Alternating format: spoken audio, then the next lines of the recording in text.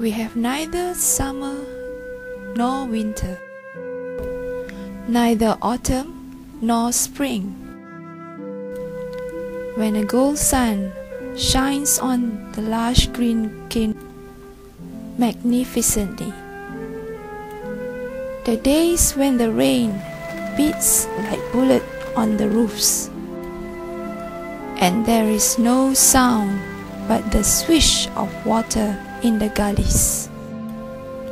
and trees struggling in the high Jamaica winds. Also, there are the days when the leaves fade from off guango trees,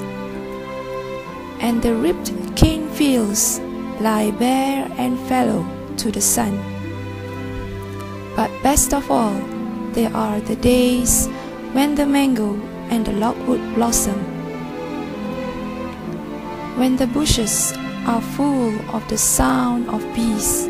and the scent of honey, when the tall grass sways and shivers to the slightest breath of air, when the buttercups have paved the earth with yellow stars, and beauty comes suddenly and the rains have gone.